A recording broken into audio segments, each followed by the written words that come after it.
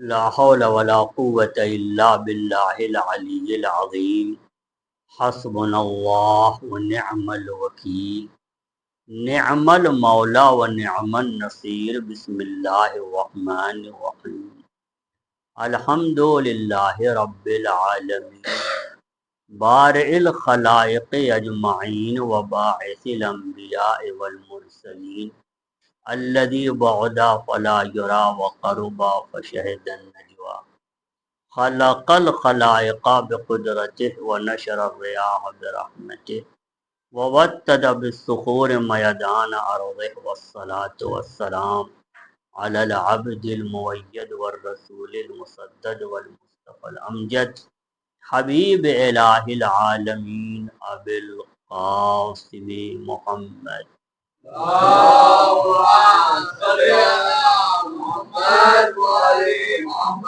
وعلى أهل بيته الطيبين الطاهرين المعصومين واللعنة الدائمة الباقية على أعدائهم ومنكري فضائلهم وغاصبي حقوقهم وناصبي شيعتهم من الآن إلى قيام يوم الدين أما بعد فقد قال الله تبارك وتعالى بسم الله الرحمن الرحيم الرحمن علم القرآن خلق الانسان علمہ البیان.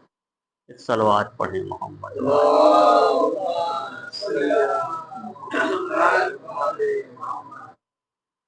پروردگار عالم نے سورہ رحمان میں اپنے نام کے بعد فوراً علم کی گفتگو کرتا ہے اور علم کا تذکرہ کرتا ہے.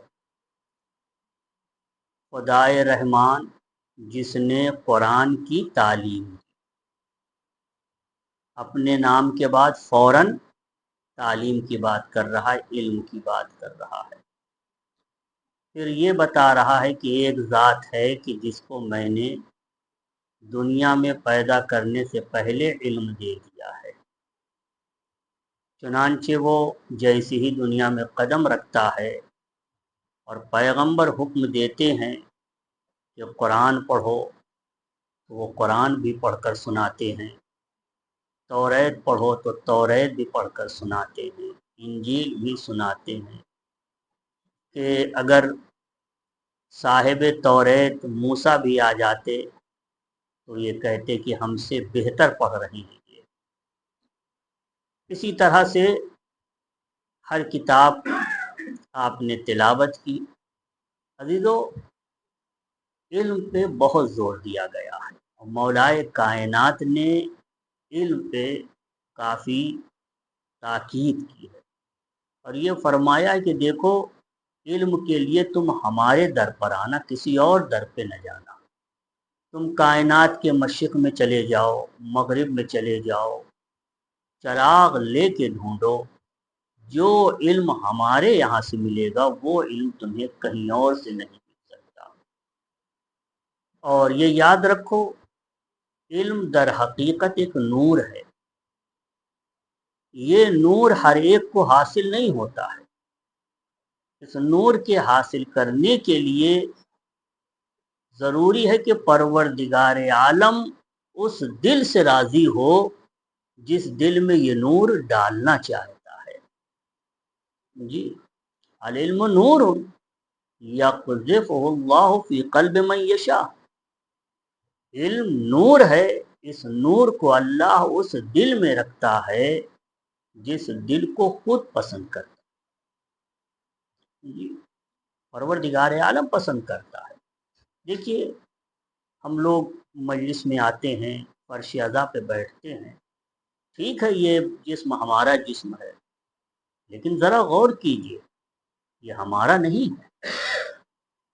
ہاں، پروردگار عالم نے ہمیں بلایا ہے یہاں پہ اور باقاعدہ اس نے یہاں پر ہمیں آنے کی توفیق دی ہے.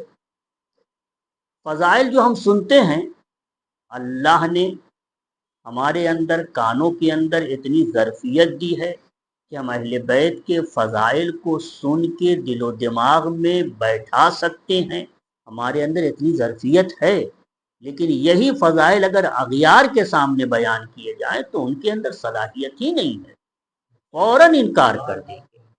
اب آپ دیکھیں کہ کبھی کبھی بات بہت چھوٹی ہوتی ہے مگر وہ ان کے سمجھ میں نہیں آتی۔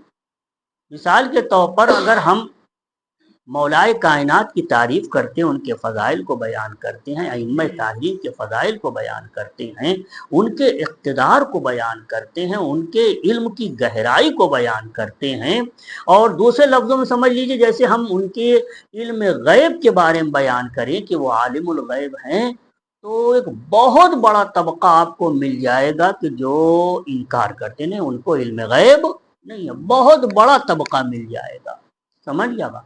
لیکن ان سے ایک چھوٹی سی بات کہیے تو وہ سمجھنے کے لیے تیار نہیں ہے۔ یہ علم غیب ان کو خود سے تھوڑی حاصل ہے، یہ اللہ نے دیا ہے۔ اللہ اگر کسی کو کچھ دینا چاہے تو کسی کے باپ کا اجارہ ہے، کوئی کسی سے روک سکتا ہے؟ پروردگار عالم فرما رہا ہاذا عطاؤنا فمنن او امسک بغیر حساب، یہ ہمارا عطیہ ہے اہل بیت، آپ جسے چاہیں جتنا دینا چاہیں، علم دیں، روزی دیں، مال دیں، دولت دیں، عزت دیں، سب آپ کے اختیار میں ہم نے رکھا۔ پروردگار اس کو وہ نہیں مانیں گے، سمجھ گئے آپ؟ کیوں نہیں مانیں گے؟ کس وجہ سے نہیں مانیں گے؟ کہہ رہے یہ تو اللہ کی صفت ہے، یہ اللہ کی صفت ہے، مگر وہ یہ نہیں سمجھ رہے کہ اللہ نے اپنی مرضی سے یہ صفت دی ہے، اہل بیت عطا کی ہے۔ اچھا کیوں دیا ہے؟ ایک سوال یہ بھی ہو سکتا ہے، کیا ضرورت تھی دینے کی؟ کیا ضرورت تھی دینے کی؟ یا مثلا بہت زیادہ بہادر تھے، فرماتے ہیں کہ لو تظاہرت العرب، اگر پورا عرب مجھ سے لڑنے آ جائے، اکیلے مجھ سے، مولائے کائنات فرما رہے ہیں سارا عرب جب اس دور میں کہا جاتا تھا تو بہت بڑا ہوتا تھا، سارا عرب اگر یہ مل کر مجھ سے جنگ کرنے پہ آ جائیں اور سب ایک طرف ہوں، میں ایک طرف، واللہ لا، خدا کی قسم، لما ولیت عنہم، میں کبھی بھی پیٹھ دکھا کے نہیں جا سکتا۔ تو اب طاقت ہے، قوت ہے، اتنی شجاعت ہے، اتنی بہادری ہے، اتنا ہے نا، اللہ نے یہ دیا ہے۔ علم بھی یہی بات ہے، کوئی سوال کرو فوراً جواب ہے۔ اور یہی نہیں کہ مثلا دنیا ہی کی بات ہو، جبرائیل پوچھ لیتے ہیں، جبرائیل خود پوچھ لیتے ہیں کہ بتائیے جبرائیل کہاں ہے، انسانی شکل میں آتے، تو جناب دائیں دیکھا، بائیں دیکھا، اوپر دیکھا، نیچے دیکھا، سب طرف دیکھ لیا اور فرمایا انت جبرائیل، تم ہی جبرائیل ہو۔ سمجھ گئے؟ یہ سب علم ہے، یہ سارے اقتدار ہیں، یہ قوت ہے، کیوں ہے یہ؟ اس لیے ہے کہ اللہ قادر ہے۔ ہم کو کیسے معلوم کہ اللہ قادر ہے؟ کیسے پتا چلے کہ اللہ بہت قدرت رکھتا ہے؟ اللہ عالم ہے، کیسے معلوم ہو کہ اللہ بہت بڑا عالم ہے، سب کچھ جانتا ہے؟ کیسے پتا چلے گا؟ جب یہ اپنی قدرت ظاہر کریں اور اس قدرت کا کوئی توڑ بھی نہ ہو، اس کا کوئی جواب بھی نہ ہو، اور پھر یہ کہیں کہ میرا ایک خالق ہے، تو پھر یہ تصور ہوتا ہے جب ان کی اتنی قدرت ہے، جب ان کی اتنی طاقت ہے، جب ان کے اندر اتنی شجاعت و بہادری ہے، اتنے اقتدار کے مالک ہیں، تو ان کا رب پھر کس عظمت کا مالک ہوگا؟ جب علم کی گفتگو کرتے ہیں تو حیرت انگیز باتیں ہوتی ہیں۔ پھر اس کے بعد یہ فرماتے ہیں کہ یہ سب علم اللہ نے ہمیں دیا ہے، تو یہاں پہ عقل بشریت متحیر ہو جاتی ہے۔ ایک صلوات پڑھیں محمد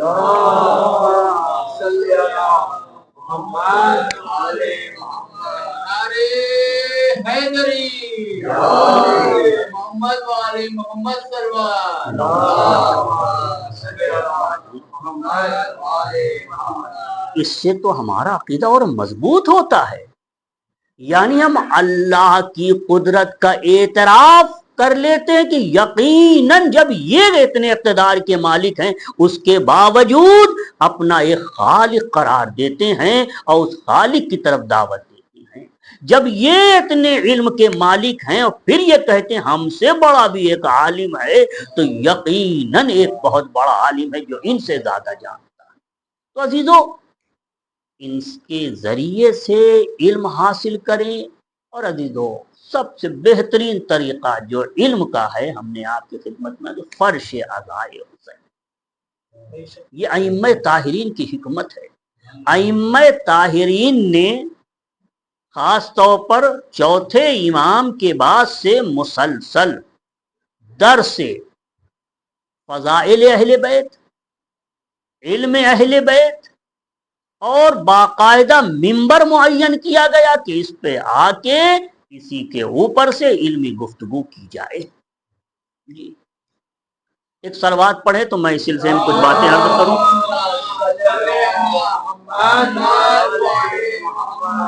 عزیزو، پیغمبر مسجد میں ہیں تو مسجد میں ظاہر ہے کہ لوگ عبادت کرتے ہیں، لیکن دیکھا کہ کچھ لوگ عبادت کر رہے ہیں مگر کچھ لوگ بیٹھ کے گفتگو کر رہے ہیں۔ پیغمبر نے ایک نظر ڈالی ان لوگوں پہ جو عبادت میں مصروف تھے، رکوع، سجود، ذکر، تلاوت، یہی سب۔ دوسروں پہ نظر ڈالی تو دیکھا کہ وہ گفتگو کر رہے ہیں کہ یہ حلال ہے، فلاں چیز حرام ہے، اور یہ کام اس طرح سے انجام دینا چاہیے، فلاں محرم ہے، فلاں نامحرم ہے۔ گویا واجبات کی گفتگو ہو رہی ہے، حرام و حلال کی گفتگو ہو رہی ہے، اور اس طرح کی باتیں ہو رہی۔ پیغمبر نے دونوں طرح کے لوگوں کو دیکھا، فرمایا کلل مجلسین الی الخیر، دونوں کا عمل بہت اچھا ہے۔ جو عبادت کر رہے ہیں ان کا بھی عمل اچھا ہے، اور جو علمی گفتگو کر رہے ہیں ان کا بھی عمل اچھا ہے۔ اتنا کہنے کے بعد اب پیغمبر ان میں سے ایک کے ساتھ جوائنٹ ہو جاتے ہیں۔ کس کے ساتھ جوائنٹ ہوتے ہیں؟ کس کے ساتھ بیٹھتے ہیں؟ جو علمی گفتگو کر رہے تھے ان کے ساتھ بیٹھ گئے، اور جب ان کے ساتھ بیٹھ گئے تو ایک جملہ فرمایا بالتعلیم ارسلت، تعلیم ہی کے ذریعے سے اللہ نے مجھے مبعوث کیا ہے اور نبی بنا کر بھیجا ہے، تو علمی گفتگو کو، علمی صلاحیتوں کو بڑھانے کے لیے بھیجا ہے۔ ایک صلوات پڑھیں محمد۔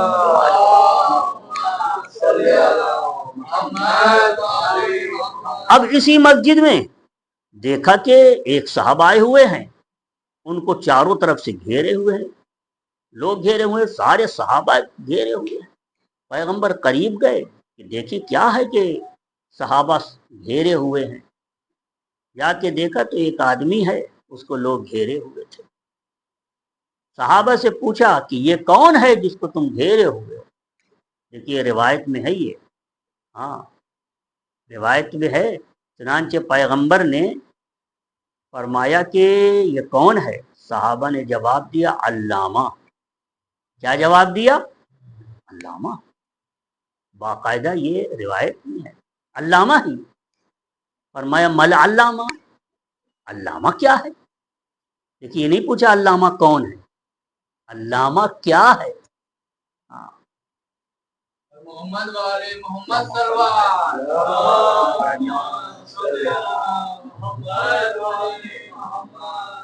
جواب دینے والوں نے جواب دیا کہ علامہ کا مطلب یہ ہوتا ہے کہ جو زمانے جاہلیت کی جنگوں کو یاد رکھتا ہو، وہ جنگیں سب سنائے۔ جنگیں ہوئی تھی، داہز و غبرہ کی جنگیں ہوئی تھی، اور اوس و خزرج کی جنگ ہوئی تھی۔ اسی طرح سے ایک جنگ بسوس ہے، جنگ بسوس ہوئی تھی۔ ساری جنگیں ہیں، جس کو اس طرح کی جنگیں یاد ہوں وہ علامہ ہوتا ہے۔ کہا کہ جس کو اشعار وغیرہ بھی یاد ہوں وہ بھی علامہ ہوتا ہے۔ آپ نے فرمایا کہ ذاک علم لا یضر من جہلہ، یہ وہ چیزیں ہیں کہ اگر کوئی نہیں بھی جانتا تو کوئی مشکل نہیں ہے۔ کسی کو جنگ یاد نہیں ہے، کوئی جنگ کوئی مشکل نہیں ہے۔ انما العلم ثلاثہ، علم صرف تین چیزوں کا نام ہے۔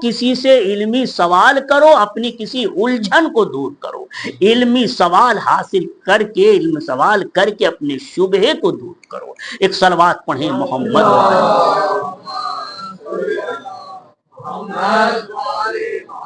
عزیزو، مولا کائنات کو اللہ نے بیان عطا کیا ہے، اور خلقت سے پہلے، ظاہری خلقت سے پہلے قرآن کی تعلیم کی، بیان عطا کیا، اور اس کے لیے نہج البلاغہ بہترین گواہ ہے۔ نہج البلاغہ میں ایک خطبہ ہے، خطبے کا نام ہے شقشقیہ۔ شقشقیہ نہایت عظیم خطبہ ہے، اور حضرت نے اس خطبے میں ان تینوں کے بارے میں کھل کے بیان کیا، لہذا ان کے ماننے والوں نے اعتراض بھی کیا، مولا پر بھی اعتراض کیا۔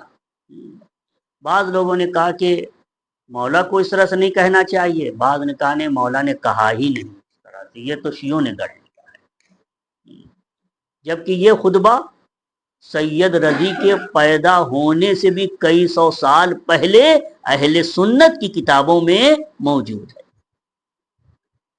اس میں آپ نے فرمایا اما واللہ لقد تقمص ابن ابی قحافہ، خدا کی قسم ابو قحافہ کے بچے نے زبردستی خلافت کی قمیص کو کھینچتان کر پہن لیا۔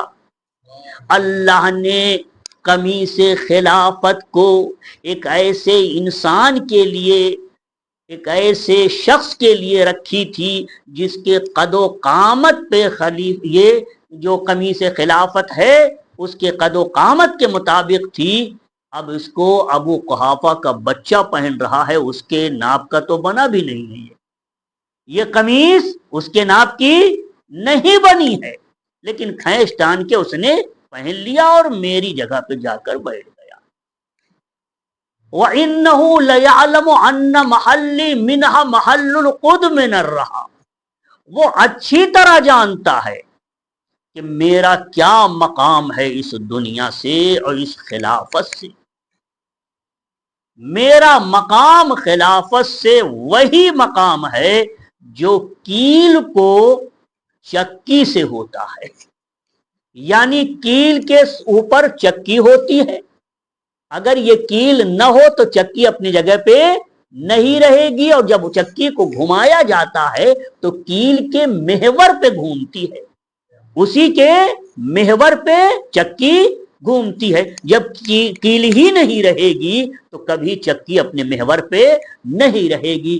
یہ جانتا ہے ابو قحافہ کا بچہ، یہ جانتا ہے کہ میرا تعلق خلافت سے ایسے ہی ہے جیسے ایک کیل کا تعلق چکی سے ہوتا ہے۔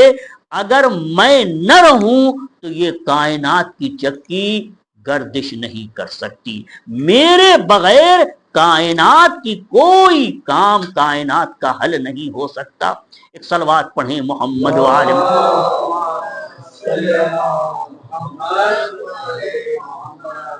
انه ليعلم ان محل منها محل القدم نرها ينحدر عني السيل، مجھ سے علم کا سیلاب بہتا ہے، علم کا سیلاب۔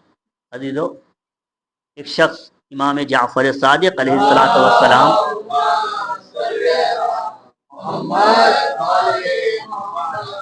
کے پاس آتا ہے اور علم کے بارے میں دریافت کرتا ہے۔ امام علم کے بارے میں بیان کرتے ہیں کہ ہمارے پاس جامعہ کا علم ہے۔ اس نے کہا میرے آقا یہ تو بہت بڑی چیز ہے، جامعہ کی ایک تفصیل انشاءاللہ کبھی طویل حدیث کو بتائیں گے۔ تو آپ نے فرمائی یہ تو علم ہے، ہم کو اس سے بھی بڑی چیزوں کا علم ہے۔ کیا ہے؟ کیا مصحف فاطمہ کا علم ہے؟ کہا مصحف فاطمہ کا علم ہے، یہ تو واقعاً بڑا علم ہے، اور جو اس کی تفصیل بیان کی۔ آخر میں اس نے کہا میرے آقا آپ ہر علم کے اوپر ایک بڑا علم بتاتے ہیں، آخر آپ کے پاس کون سا علم ہے؟ ذرا بتائیے، کیونکہ جو بھی علم بتا رہے ہیں اس کے بعد آپ یہ بھی کہہ رہے ہیں کہ یہ تو کچھ بھی نہیں، اس سے زیادہ بھی ہم جانتے ہیں، اور ہر علم میں یہ بات آپ کہتے چلے آ رہے ہیں. آخر علم آپ کے پاس کیسا ہے ہمیں یہ بتا دیجئے. فرمائے سنو، ما یحدث باللیل والنہار، دن و رات میں جو ہوتا ہے، والامر بعد الامر، ہر حکم کے بعد ایک حکم جو بھی ہوتا ہے وہ سب ہمارے پاس. عزیزو یہ آپ دیوار دیکھ رہے ہیں، یہ دیوار یا اپنا بدن یا کوئی کپڑا، یہ ہر سیکنڈ کپڑا جو آپ نیا لیتے ہیں ہر سیکنڈ پرانے ہونے کی طرف بڑھ رہا ہے، کوہنگی کی طرف بڑھ رہا ہے. یہ دیوار ہر سیکنڈ کا بھی اگر کئی حصے کریں گے تب بھی یہ کس طرف جا رہا ہے؟ کوہنگی کی طرف جا رہا ہے، پرانے ہونے کی طرف جا رہا ہے، یعنی دھیرے دھیرے خرابی کی طرف جا رہا ہے. ہر چیز اسی طرح سے ہے. ٹھیک ہے نا؟ جب انسان پیدا ہوتا ہے تو پھر سب سے پہلے نطفہ ٹھہرتا ہے، نطفے کے بعد مثال تو علقہ ہے، علقہ کے بعد مضغہ ہے، مضغہ کے بعد اور آگے بڑھتی ہے گفتگو. یہ ہر ایک مرحلہ ہے، ہر مرحلے میں اللہ کن کہتا ہے، ہو جا، تب وہ شے ہوتی ہے. یہی تو ہے نا، ہر چیز کی تخلیق میں اللہ کیا کہتا ہے؟ ہو جا، تو وہ چیز ہو جاتی ہے. تو ہر سیکنڈ جو دیوار کا ذرہ ذرہ یہ کوہنگی کی طرف جا رہا ہے، پرانے ہونے کی طرف جا رہا ہے. ہمارا کپڑا جو روز بروز پرانا ہوتا جا رہا ہے، روز بروز کیا ہر سیکنڈ، اسی طرح سے ہر چیز. تو اس میں حکم الہی بھی تو چاہیے. حکم الہی ہوگا تو اس کے بعد وہ اپنی صورت کو بدلے گا. فرماتے ہمیں اس طرح کا علم ہے، ہر لمحے دن و رات میں اللہ کس کو کیا حکم دیتا ہے. کون سا پھول جھڑ گیا، اب اس کے بعد نیا پھول وجود میں آیا، کلی وجود میں آئی. کلی جس وقت وجود میں آتی اللہ کا حکم ہوتا ہے تب آتی، اس کا ہمیں علم ہے. پھر اور کلی آگے بڑھی، مثلا پھر ایک حکم الہی ہوا، تو ہر لمحے حکم الہی بھی جاری ہے اور ہر لمحے ہمارا علم بھی جاری ہے. ایک صلوات پڑھیں محمد والے.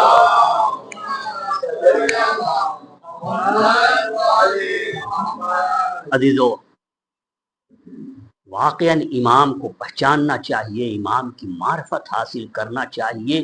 علم اگر ہے تو واقعاً اس کے ذریعے سے معرفت امام ہو سکتی. اگر کسی نے علی کو نہیں پہچانا تو پھر کچھ بھی نہیں. کم از کم اس حد تک کہ وہ ہمارے امام ہیں، کم از کم اس حد تک کہ کائنات میں ان سے بہتر کوئی نہیں، اس حد تک کہ ان کے وہ انبیاء کے برابر ہیں، بلکہ انبیاء سے افضل ہیں سوائے سرکار دو عالم کے. یہ علم ہونا چاہیے. اتنی معرفت حاصل کرنا بہت ضروری ہے عزیزوں. ایک خاتون ہیں، مردوں کو جس طرح سے شوق ہوتا ہے عزاداریوں مجالس میں جانا، آپ دیکھیے گا ائمہ طاہرین کی خدمت میں عورتیں بھی آیا کرتی تھیں اور باقاعدہ ان کے لیے پردہ لگتا تھا. اور حدیثیں جب آپ بیان کرتے تھے تو خواتین بھی حدیثوں کو نوٹ کرتی تھی. ایک خاتون نام ہے حبابہ والبیہ. انہوں نے یہ دیکھا کہ سرکار دو عالم دنیا سے گئے اور اس کے بعد کچھ لوگ سقیفہ چلے گئے اور کچھ لوگوں نے سقیفہ والے کو مانا نہیں، اور بہت ہی گھمسان کی آپس میں ہے. سلمان ان کو کچھ نہیں سیٹھتے اور وہ لوگ علی سے زبردستی بیعت لینا چاہتے ہیں. اس طرح سے جب اس نے دیکھا خاتون نے تو اس کے دل پہ بڑا اثر ہوا. اس کے بعد اس نے یہ دیکھا کہ امام حسن کے سلسلے میں لوگ اعتراض کر رہے ہیں، یہ سلسلہ اعتراض کا آگے بڑھتا جا رہا ہے. اس نے مولا علی کے پاس آ کر کہا کہ اے میرے آقا، آپ باحیات ہیں، رسول بھی کچھ دن پہلے دنیا سے گئے، رسول کے جاتے ہی آپ کے بارے میں اختلاف ہونے لگا. اگر 150 سال گزر جاتے اور پھر اختلاف ہوتا تو تعجب کی بات ہوتی، لیکن یہ کہ ہاں اس وقت اتنی بات نہ ہوتی تعجب، ابھی تو تعجب ہے کہ فوراً اختلاف ہو گیا کہ پیغمبر گئے اور آپ کے بارے میں لوگ اختلاف کرنے لگے. تو کوئی اس طرح کی نشانی بتائیے کہ امام کے پہچاننے میں کوئی مشکل نہ ہو، نہ کسی سے سوال کرنا ہو، نہ جواب لینا ہو، نہ امام سے کوئی گفتگو کرنا ہو، کچھ بھی نہیں، ہمیں معلوم ہو جائے کہ فلاں غلط ہے فلاں صحیح ہے. جو اپنے آپ کو غلط امام کہتا ہے وہ پتہ چل جائے، اور جو صحیح امام ہے وہ بھی اس کی حقیقت بھی معلوم ہو جائے. کچھ اس طرح کی پہچان بتا دیجئے. جی یہ حبابہ ہیں اس تلاش میں کہ مولا سے یہ سوال کرنا ہے. بازار میں پہنچی، بازار کوفہ، دیکھا کہ علی بن ابی طالب کے ہاتھ میں ایک کوڑا ہے، تازیانہ ہے. یضرب به البیاع المارماہی والجریس، آپ ان مچھلی بیچنے والوں کو مار رہے تھے جو حرام مچھلیاں بازار میں بیچ رہے تھے. اور اس کے بعد یہ جملہ فرما رہے تھے، یا بیاعی مسوخ بنی اسرائیل، اے بنی اسرائیل کے مشق شدہ انسانوں کو بیچنے والے. بنی اسرائیل کے جو انسان تھے، لوگ تھے، وہ حرام مچھلیوں میں بدل دیے گئے. جی یہی یہودی یہ حرام مچھلیوں کی شکل میں بدل دیے گئے. جب بدل دیے گئے تو تم لوگ حرام مچھلی کیوں بیچ رہے ہو؟ اس کے بعد ایک شخص سامنے آتا ہے، فرات ابن احنف، وہ کہتا ہے میرے آقا یہ کون لوگ ہیں، تھوڑی وضاحت کیجیے. آپ نے فرمایا اقوام حلق اللحا وفتل الشوارب، یہ لوگ ایسے تھے کہ نبی کی بات نہیں مانتے تھے اور ہر برا کام کرتے تھے، ہر حرام کام انجام دیتے تھے، نبی کی بات نہیں مانتے تھے. تو پروردگار عالم نے ان کو حرام مچھلی میں بدل دیا. یہ حبابہ کہہ رہی میں یہ ساری باتیں سن رہی تھی. اس کے بعد مولا مسجد کی طرف گئے، مقام رہبہ، وہاں پہنچے. جب وہاں پہنچے میں حضرت کے پیچھے پیچھے تھی. وہاں پہنچنے کے بعد میں نے کہا حضور آپ یہ بتائیے کہ آپ کی زندگی میں آپ کی امامت پہ اختلاف ہے، یہ کیسے مان لوں کہ آپ واقعی امام ہیں، کوئی پہچان بتائیے. آپ نے فرمایا، اشارہ کیا، ائتینی بحصات، دیکھو کوئی سنگریزہ کوئی پتھر پڑا ہو لے کے آؤ. یہ بابا جاتی ایک پتھر اٹھا کے لے آتی ہے اور مولا کی خدمت میں پیش کر دیتی ہے. مولا نے پتھر لیا اور پتھر لینے کے بعد انگوٹھی جو آپ کی انگلی میں تھی، آپ نے اس انگوٹھی کے ذریعے سے اس پتھر کے اوپر مہر لگا دی اور باقاعدہ پتھر پہ جیسے موم کی طرح یہ انگوٹھی اس کے اندر پیوست ہو گئی اور سارا نقش اتر گیا اسی پہ. فرمایا جو اس طرح سے پتھر کے اوپر ایک ہی بار میں نقش کو اتار دے، بس سمجھ لینا کہ وہ امام ہے. اور جب بھی کوئی دعوی امامت کرے پہنچ جانا اس سے کہنا کہ اسی طرح سے نقش کر دو. اگر کوئی اس طرح سے کر دے سمجھ لینا. اے حبابہ یاد رکھو امام وہ ہوتا ہے لا یعزب عنہ مثقال شیء، اس سے کوئی ذرہ برابر کوئی چیز چھپی نہیں ہوتی، ہر چیز کا علم رکھتا ہے. یہ پروردگار عالم نے کیا ہے. عزیزو یہ حبابہ مولا کے بعد جب مولا دنیا سے چلے جاتے ہیں تو پھر یہ آتی ہے امام حسن کے پاس. امام حسن مولا علی کی جگہ پہ ہوتے ہیں، اسی مسند پہ ہوتے ہیں، مسائل دریافت کر رہے ہیں، لوگ جواب دے رہے ہیں. یہ مولا کے قریب پہنچتی ہے، مولا آواز دیتے ہیں اے حبابہ وہ پتھر کہاں ہے جس پہ میرے بابا نے مہر کی تھی، لاؤ میں بھی اس پہ مہر کر دیتا ہوں. حبابہ نے دیا ویسی ہی مہر پھر حضرت امام حسن نے اس کے اوپر لگا دی. اور اس طرح سے سلسلہ رہا 8ویں امام تک. اس کی عمر بھی بہت طویل عمر ہوئی ہے. انشاءاللہ کبھی بیان کریں گے کہ ہم لوگ ایک زلیخا کو لیے پھر رہے ہیں کہ ان کی جوانی واپس آ گئی تھی. یہ وہ خاتون ہے کہ 4 بار ان کی جوانی واپس آئی ہے. کتنے بار؟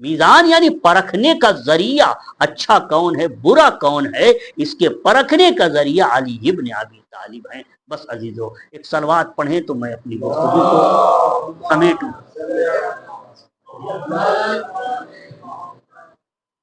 عزیزو شب جمعہ ہے اور یہ رات امام حسین سے خاص ہے اور امام زمانہ سے بھی خاص ہے۔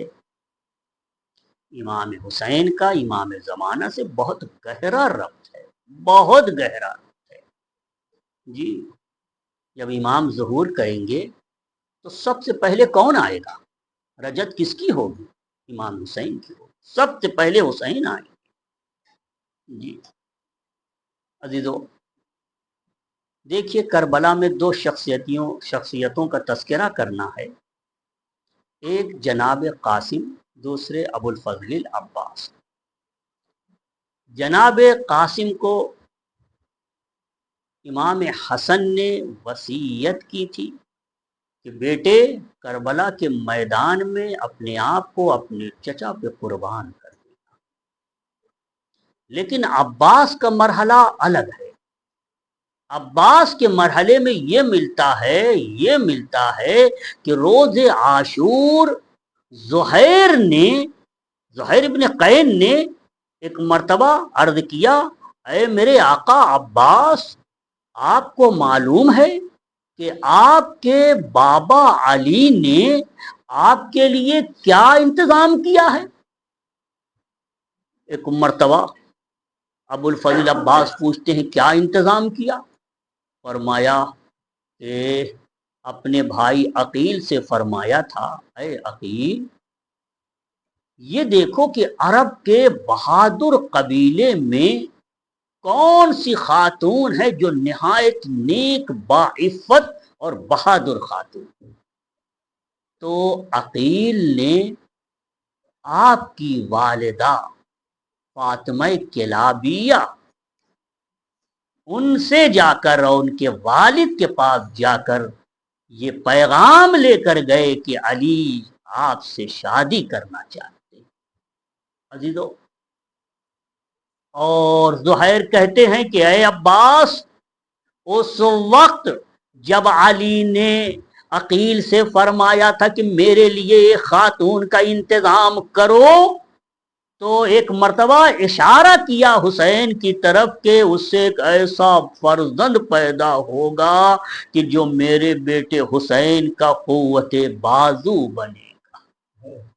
یہ جملہ سننا تھا کہ ابو الفضل عباس نے ایک مرتبہ انگڑائی لی، اے زہیر اتشجعنی فی مثل ھذا اليوم، آج جو عاشور کا دن ہے اس دن مجھے تم غیرت دلا رہے ہو، میری بہادری کو للکار رہے ہو، بس اجازت دلا دو، اجازت اگر مل گئی تو میں دکھاؤں گا شجاعت کے جوہر کیسے ہوتے ہیں۔ ہاں عزیزو اور ایک طرف قاسم ہیں کہ اپنے چچا سے اجازت پہ اجازت مانگ رہے ہیں، مگر قاسم کو اجازت نہیں ملتی۔ عزیزو ایک مرتبہ مایوس ہو جاتے ہیں، مایوس ہو کے خیمے کے گوشے میں جاتے ہیں اور جا کر سوچنے لگتے ہیں کہ میرا چچا مجھے اجازت نہیں دے رہا ہے، آخر کیا کروں کہ میرے چچا اجازت دے دیں۔ ایک مرتبہ فکر کرتے کرتے یہ خیال آیا کہ میرے بابا نے ایک تعویذ میرے بازو پر باندھی تھی۔ عزیزو معلوم ہے کب تعویذ باندھی تھی؟ جب زہر دیا جا چکا تھا، زہر کا اثر ہو چکا تھا اور حسن بستر شہادت پر لیٹے ہوئے تھے، ایک مرتبہ اٹھے، قاسم کو اپنے قریب بلایا اور ایک وصیت لکھی اور قاسم کے بازو پہ پہنایا۔ اس وقت 3 سال عمر تھی۔ ہاں عزیزو پہنا دیا اور اب ایک مرتبہ جب یاد آیا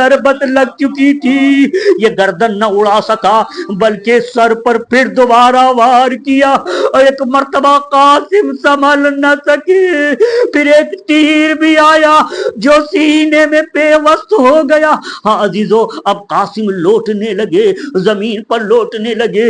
چچا جان خبر لیجئے۔ ہاں عزیزو، روایت بتاتی ہے کہ ایک مرتبہ حسین مثل عقاب دوڑتے ہوئے تیزی سے پہنچ گئے اس مقام پر جہاں قاسم تھے، لیکن قاسم کے پاس قاتل موجود تھا، چاہ رہا تھا کہ قاسم کے گردن کو اڑا دے۔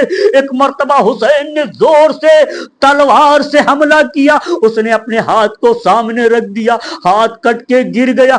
عزیزو، اس نے دیکھا کہ اگر تھوڑی مہلت اور حسین کو دی گئی حسین مجھے قتل کر دیں گے۔ اس نے بھاگی ہوئی فوج کو طلب کر لیا۔ عزیزو، جنگ مغلوبہ ہو گئی، ادھر کی فوج ادھر، ادھر کی فوج ادھر۔ عزیزو، میں کہوں گا امام زمانہ سے، امام زمانہ جب کربلا پہنچیں گے ایک ایک شہید کے پاس جائیں گے، جہاں پہ وہ شہید ہوا ہے اس مقام پر جائیں گے۔ میں اپنے آقا سے کہوں گا، اے میرے آقا، آپ قاسم کے پاس کیسے جائیں گے؟ اس لیے کہ قاسم کے لاش پر زندگی میں ہی گھوڑے دوڑا دیے گئے تھے، ان کے جس پر گھوڑے دوڑتے تھے آواز دے کر کہتے تھے، چچا جان میری پسلیاں ٹوٹی جا رہی، بدن کے گوشت میدان میں بکھر گئے۔ ہاں عزیزو، یہ قاسم ہیں، ابھی دنیا سے رخصت ہوئے، اور ایک مرتبہ اب ایک اور شہید ہے، نام ہے ابو الفضل العباس۔ جہاد کی اجازت بالکل نہیں ہے، زہیر قین نے شجاعت تو دلائی لیکن میدان میں حسین نے جانے کی اجازت نہ دی۔ ایک لفظ فرمایا، اے عباس، اے عباس، سب سے زیادہ سخت مرحلہ کیا ہے؟ اے عباس یہ سنو، یہ آوازوں کو سنو۔ ایک مرتبہ کان لگایا، بچے کے چھوٹے چھوٹے بچوں کی پیاس کی آواز آ رہی تھی۔ ہائے پیاس، پیاس مارے ڈال رہی ہے، ان میں سکینہ کی بے چینی عباس کے لیے۔ ایک مرتبہ عباس تڑپ گئے، اے میرے آقا کیا کروں؟ فرمایا دیکھو، لڑنا نہیں ہے، کسی صورت سے پانی کو لے آنا ہے، اور ہاتھ سے پانی لے آؤ۔